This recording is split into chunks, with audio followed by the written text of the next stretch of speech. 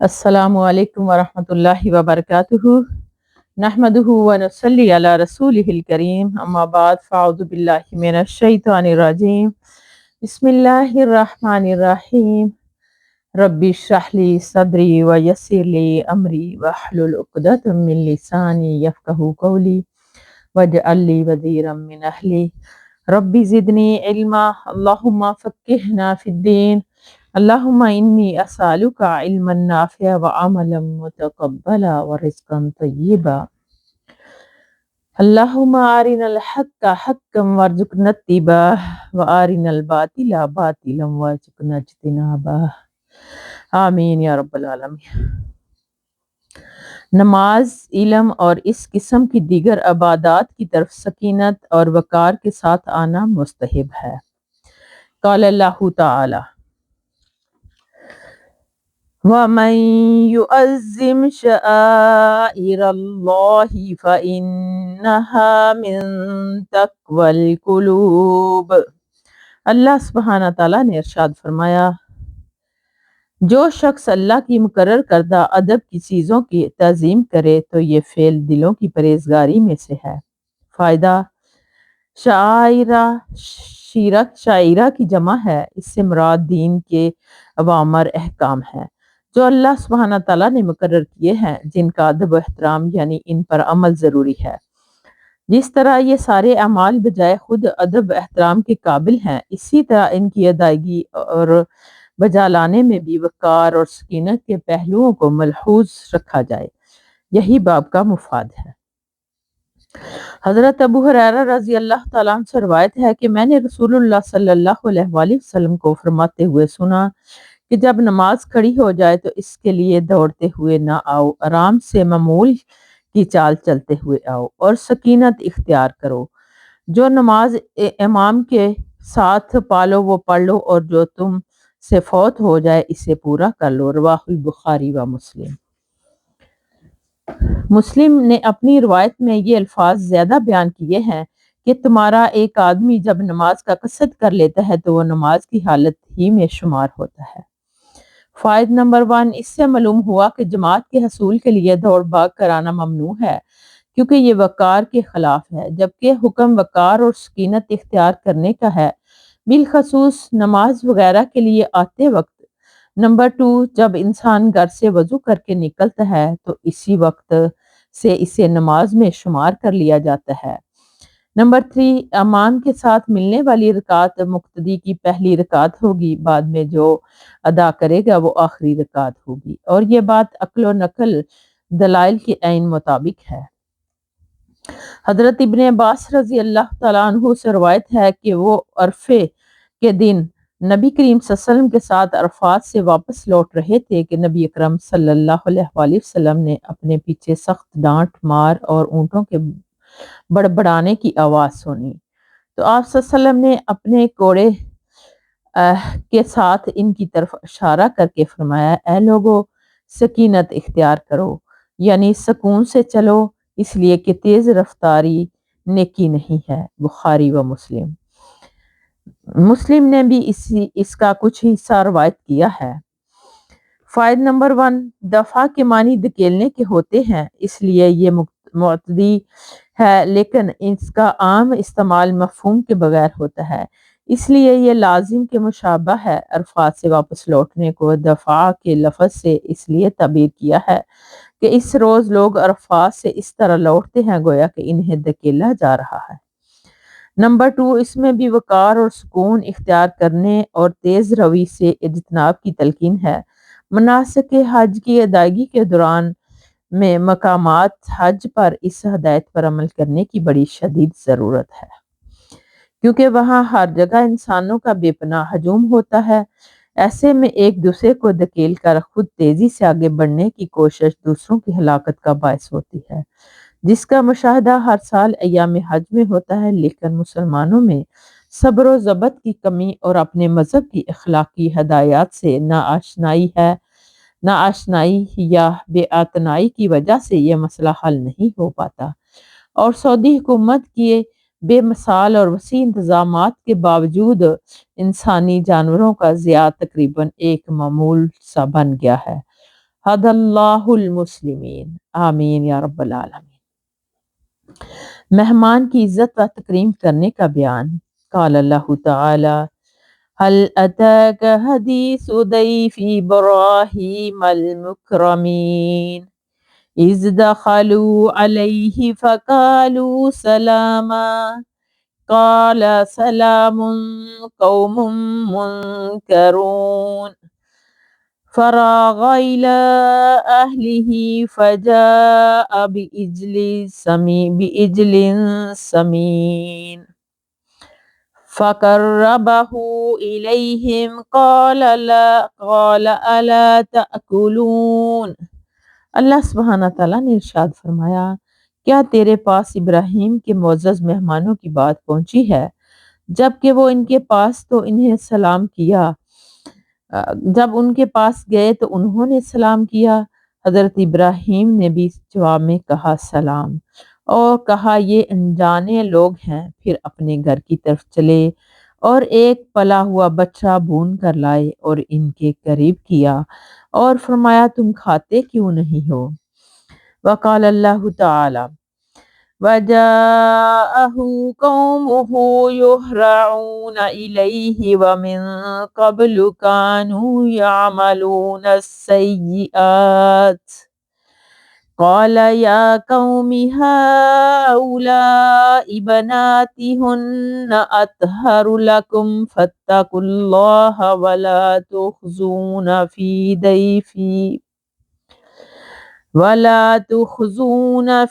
ضَيْفِي أَلَيْسَ مِنكُمْ رَجُلٌ رَشِيدٌ۔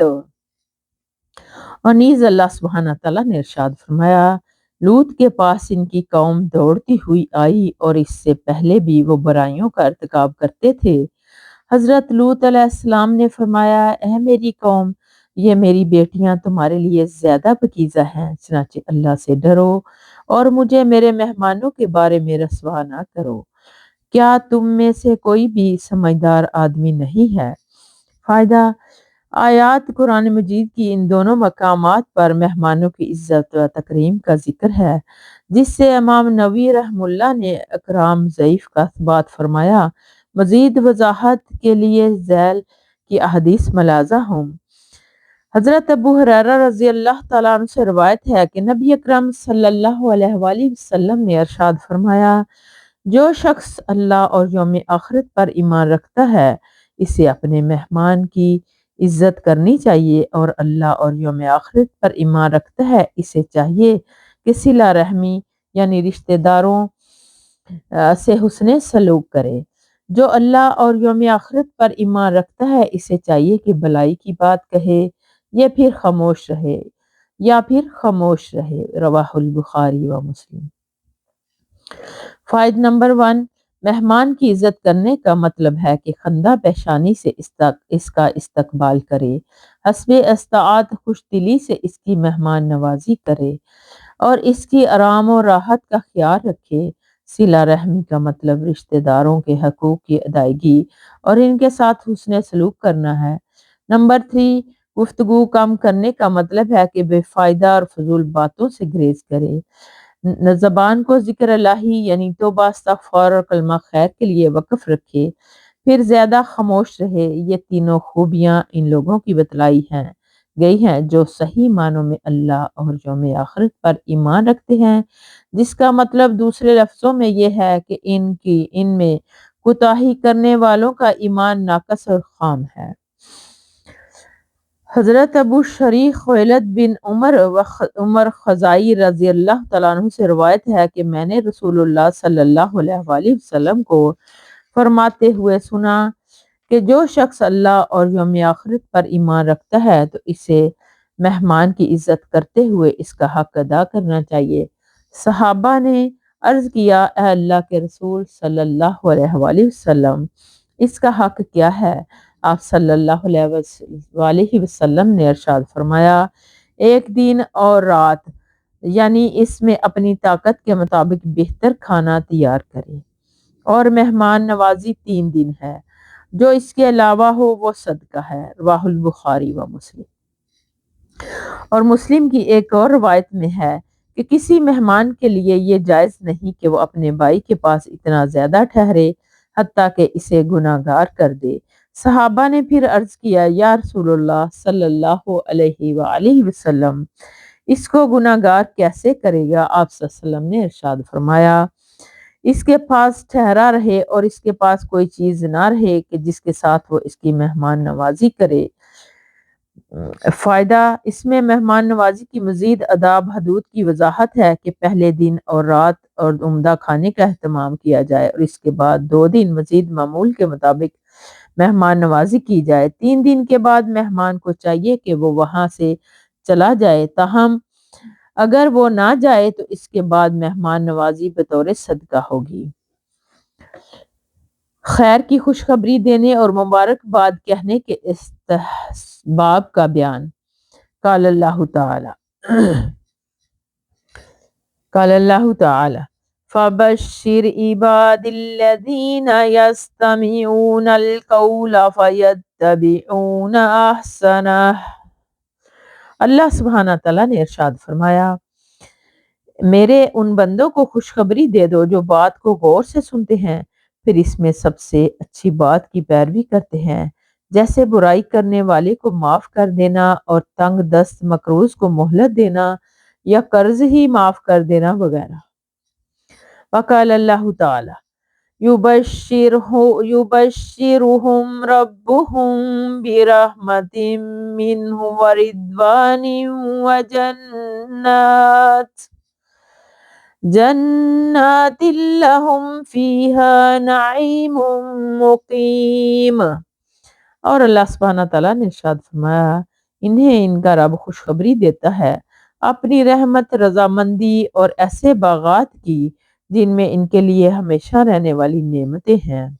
وقال اللہ تعالی وَأَبْشِرُوا بِالْجَنَّةِ الَّتِي كُنْتُمْ تُوعَدُونَ، نیز ارشاد فرمایا اور تمہیں خوشخبری ہو اس جنت کی جس کا تم سے وعدہ کیا جاتا ہے۔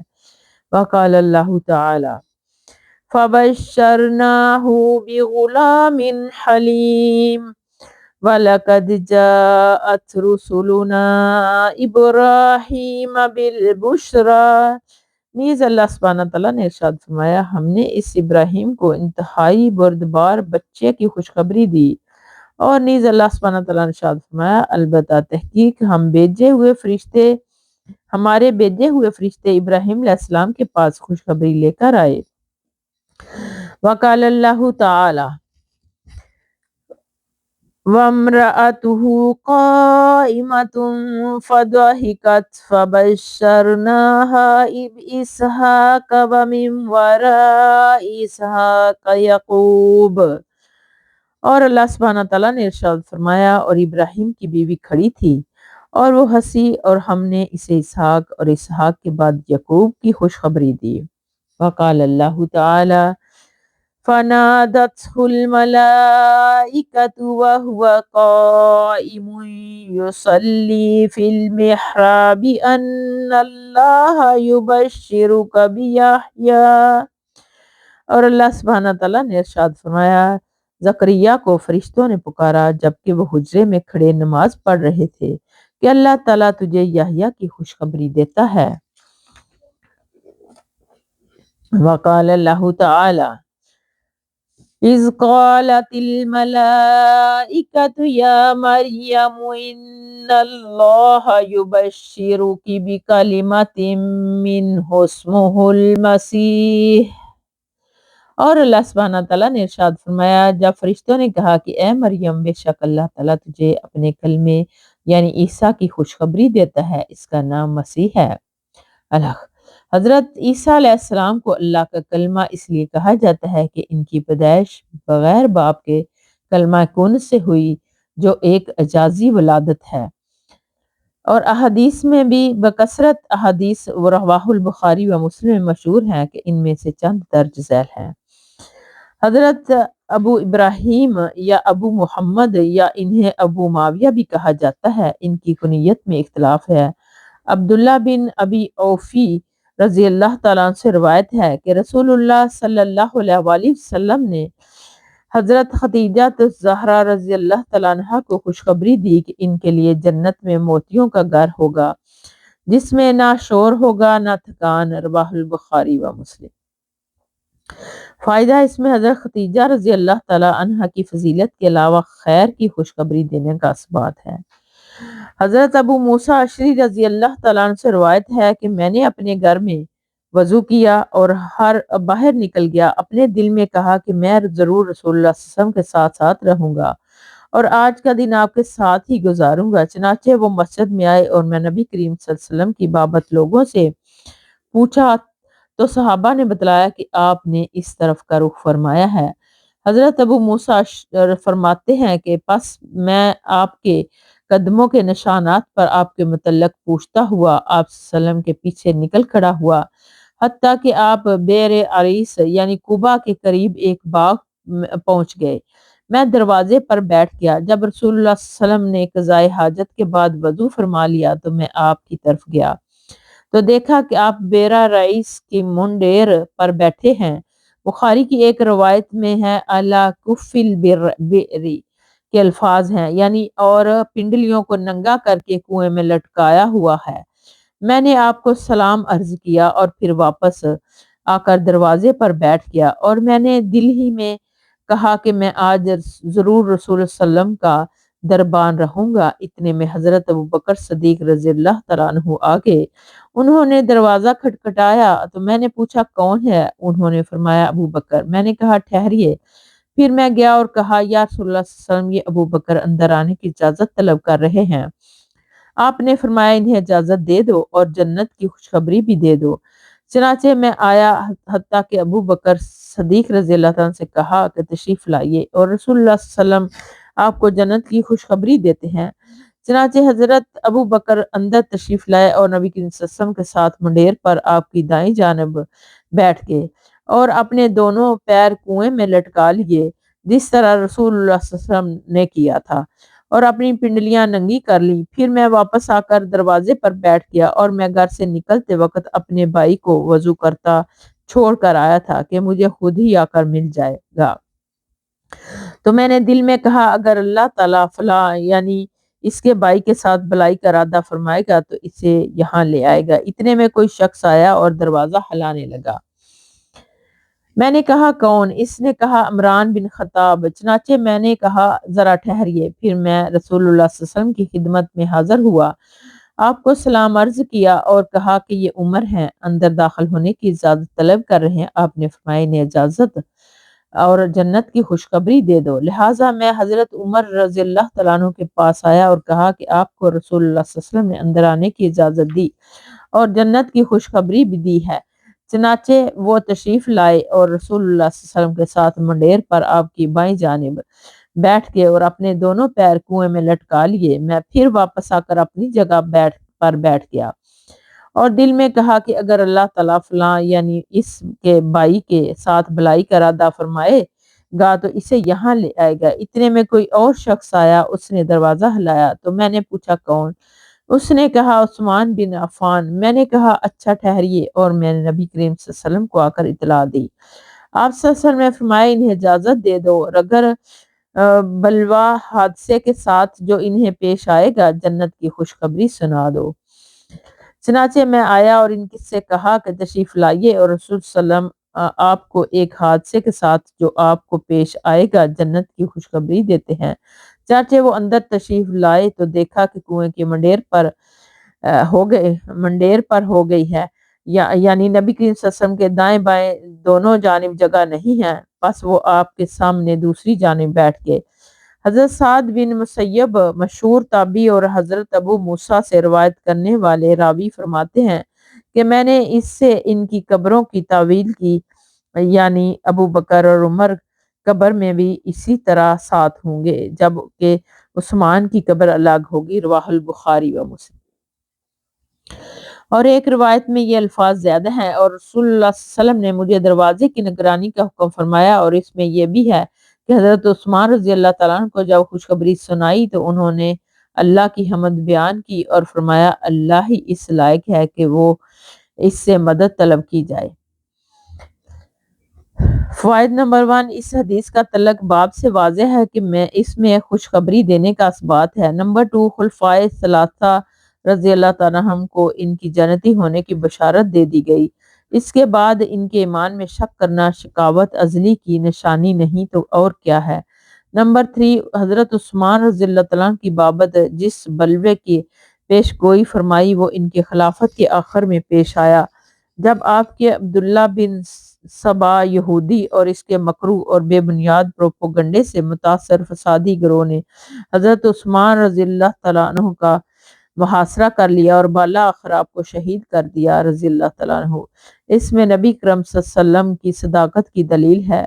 نمبر 4، بیداری کے عالم میں بھی طویل تعبیر جائز ہے، اسے فراست کہا جاتا ہے، علاوہ ازیں تمثیل میں من کل الوجوہ مشابہت یا برابری ضروری نہیں، چنانچہ شخین نبی کریم صلی اللہ علیہ وسلم کے ساتھ حجرہ عائشہ میں اور حضرت عثمان بقیع الغرقد جنت البقیع میں مدفون ہیں۔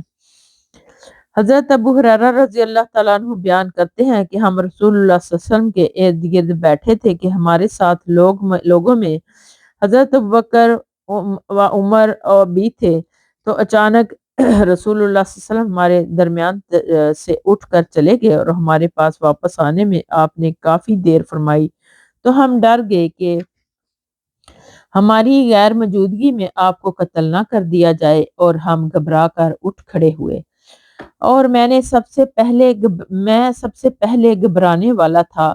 میں رسول اللہ صلی اللہ علیہ وسلم کی تلاش میں نکلا، یہاں تک کہ میں انصار کے قبیلے بنو نجار کے باغ کی چار دیواری پر پہنچ گیا۔ میں اس کے ارد گرد گھوما کہ مجھے کسی دروازے کا سراغ مل جائے، لیکن مجھے کوئی دروازہ نہیں ملا۔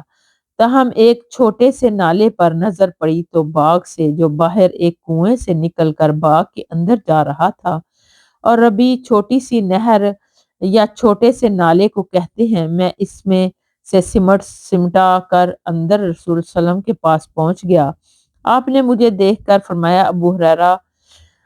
میں نے کہا، جی ہاں یا رسول اللہ صلی اللہ علیہ وسلم۔ فرمایا، کیا بات ہے؟ میں نے کہا، آپ ہمارے درمیان تشریف فرما تھے، بس آپ وہاں سے اٹھ کر چلے گئے اور واپسی میں آپ نے دیر فرما دی، تو ہمیں ڈر محسوس ہوا کہ کہیں آپ کو ہماری غیر موجودگی میں قتل نہ کر دیا جائے، چنانچہ ہم گھبرا اٹھے۔ گھبرانے کے والوں میں سب سے پہلا آدمی میں تھا، اس لیے میں اس باغ تک آ گیا اور اندر داخل ہونے کے لیے اس طرح سمٹ سکڑ گیا جس طرح لومڑی سکڑتی ہے، اور لوگ میرے پیچھے ہیں۔ آپ نے فرمایا، اے ابو ہریرہ، اور آپ نے مجھے اپنے دونوں جوتے دے کر اشارہ فرمایا، جاؤ میرے یہ دونوں جوتے ساتھ لے جاؤ۔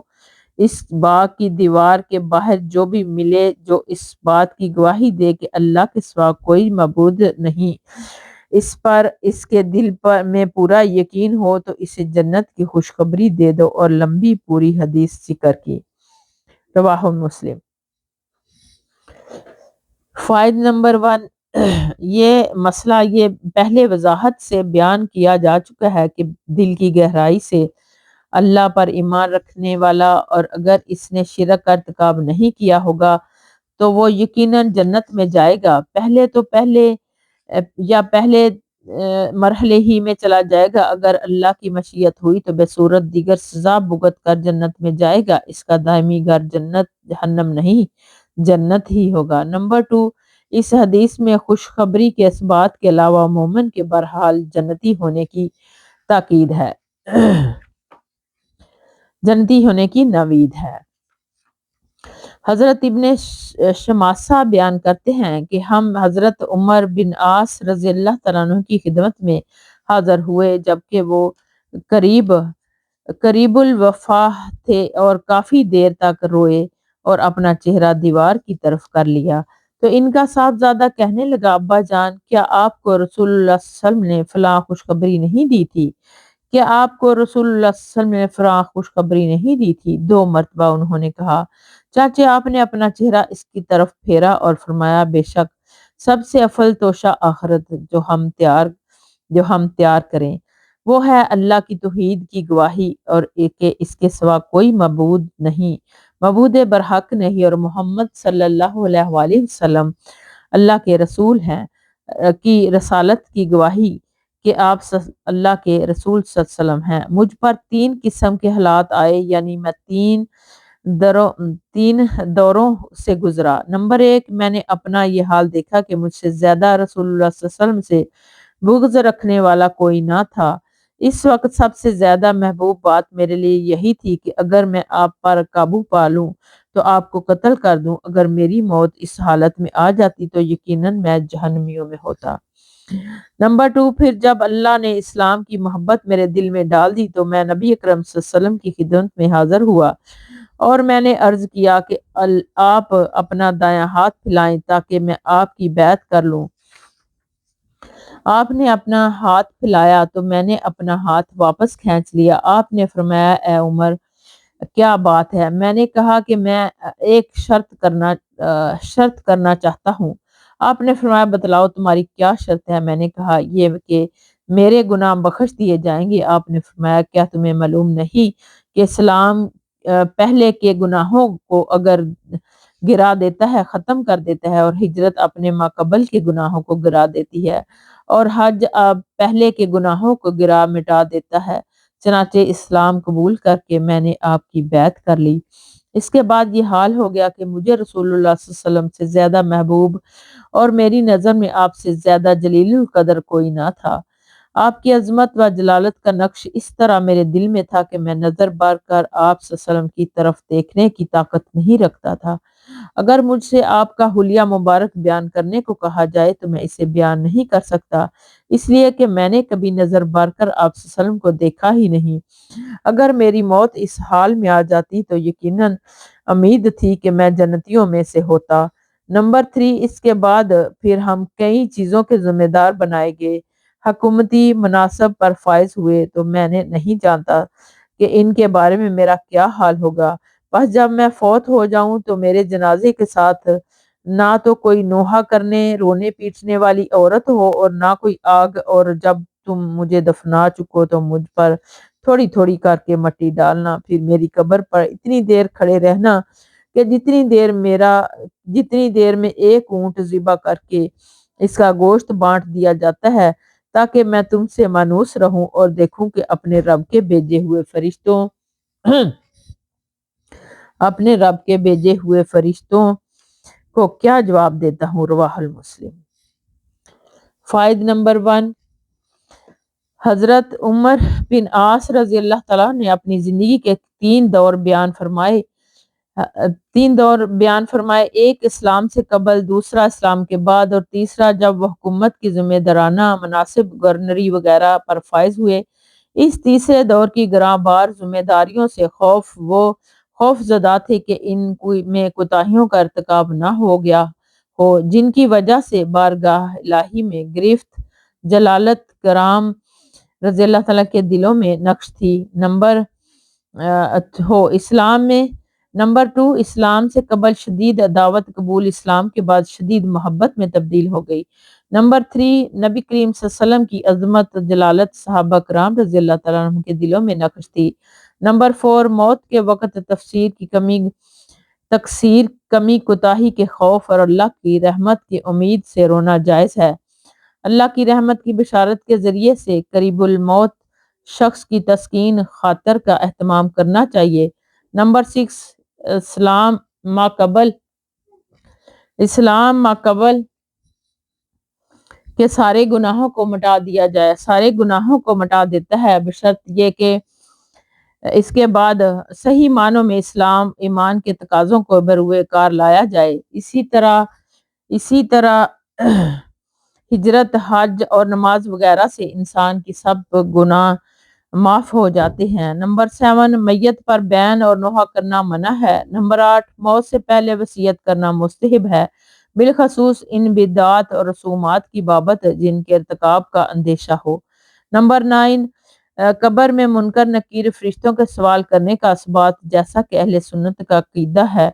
نمبر 10، دفنانے کے بعد قبر پر دیر تک کھڑے رہنا اور میت کے لیے ثابت قدمی کی دعا کرنا سنت ہے، جیسا کہ دوسری روایت میں نبی کریم صلی اللہ علیہ وسلم کا اس کے بارے میں حکم موجود ہے۔ نمبر 11، دفنانے کے فوراً بعد قبر پر نیک لوگوں کی موجودگی سے صاحب قبر کو تسکین ہوتی ہے اور سوال جواب میں آسانی۔ اس لیے حدیث میں تاکید ہے کہ کھڑے ہو کر اس کے لیے ثابت قدمی کی دعا کرو، رواہ البخاری۔ وآخر دعوانا ان الحمد للہ رب العالمین، سبحانک اللہم و بحمدک، نشہد ان لا الہ الا انت، نستغفرک و نتوب الیک۔ السلام علیکم ورحمۃ اللہ وبرکاتہ۔